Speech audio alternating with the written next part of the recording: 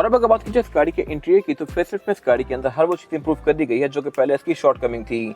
सबसे मेजर चीज़ इसकी colour tone है। पहले वाला इंटीरियर खूबसूरत बहुत था, लेकिन वो गाड़ी बहुत जल्दी मैली हो जाती थी। आपकी इवन पेंट का रंग भी उसके ऊपर लग जाता था और वो उतरता नहीं था। सिर्फ हाथ के निशानों से भी मैली हो जाती थी गाड़ी, और इवन अगर आप ब्रांड न्यू गाड़ी लेने शोरूम में भी जाएं तब भी वो गाड़ियाँ मैली खड़ी होती थी। तो उस चीज़ को कवर करने के लिए इस गाड़ी का रूम अब ऑलमोस्ट ब्रूनो कर दिया गया है।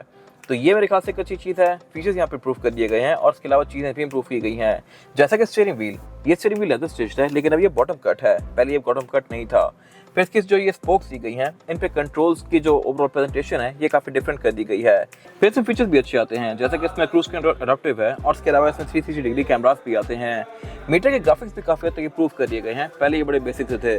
अब इसका ओवरऑल डिस्प्ले भी अच्छा है, ग्राफिक्स भी बेहतर है और हर चीज़ काफ़ी अच्छे से प्रेजेंट की गई है। हेडलाइट इसमें ऑटोमेटिक फीचर के साथ आती हैं। वाइपर इसके नॉर्मल हैं, अगर ये रेन सेंसिंग होते तो मेरे ख्याल से बेहतर था। बाकी इसके अलावा मीटर की जो ओवरऑल ये हाउसिंग है ये अच्छी प्लास्टिक की फिनिश में है, ये अगेन मेरे ख्याल से बेहतर हो सकती थी, लेकिन बाकी सारा डैशबोर्ड इसका सॉफ्ट पैडिंग की फिनिश में है, तो ये एक अच्छी चीज़ है। बाकी इसके अलावा एयर वेंट्स के काफ़ी स्लिक से दिए गए हैं। मल्टीमीडिया भी इसका साइज के लिहाज से काफ़ी मैसिव है और इसके अलावा से फीचर्स भी अच्छे आते हैं, जैसे कि Bluetooth, aux, navigation, USB, Android auto, Apple CarPlay, ये सब यहाँ पे दिया गया है।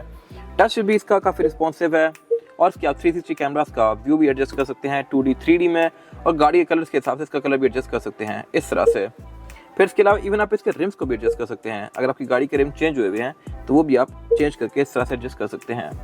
बाकी इसके अलावा नीचे क्लाइमेट कंट्रोल दिया गया है। क्लाइमेट कंट्रोल भी इस गाड़ी में सिंगल जोन है, ये मेरे ख्याल से एक वियर्ड चीज़ है। अब पाकिस्तान में मोस्टली गाड़ियाँ dual zone climate control offer कर रही हैं, बेशक इससे सस्ती क्यों ना हो। सिविक में भी आता है, इलेंट्रा में भी आता है, और यहाँ पे नहीं दिया गया।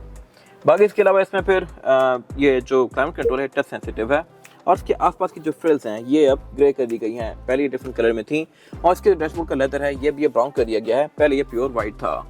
इसके अलावा फिर नीचे यहाँ पे कप होल्डर्स दिए गए हैं और उससे भी इसका गेयर सेलेक्टर दिया गया है।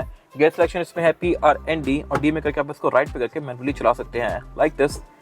अब यहाँ पे एक चीज़ वियर्ड है, वो ये है कि ड्राइवर के पास पैसेंजर की सीट के कंट्रोल्स दिए गए हैं। अगर इसमें मेरे पास दी गई वेंटिलेटर सीट को ऑन करूँगा तो ये बेसिकली लेफ्ट की ऑन हुई है, और मैं अपनी सीट का वेंटिलेशन ऑन करने के लिए यहाँ से इसको ऑपरेट करूँगा। तो ये मेरे ख्याल से अजीब चीज़ है। मेरे ख्याल से इन्होंने लेफ्ट हैंड ड्राइव गाड़ी को राइट हैंड में स्विच तो कर दिया, लेकिन कंट्रोल नहीं छोड़ दिए। अब ये मैं इसलिए कह रहा हूँ क्योंकि जो ड्राइवर के पास कंट्रोल्स होते हैं, जैसे कि पार्किंग ब्रेक वगैरह, वो लेफ्ट पे दिया गया है पैसेंजर के पास। अब पैसेंजर का क्या काम है पार्किंग ब्रेक के साथ, पड़ी है उसके पास है, और उस सीट की वेंटिलेशन मेरे पास है, तो ये मेरे ख्याल से बेहतर हो सकती थी।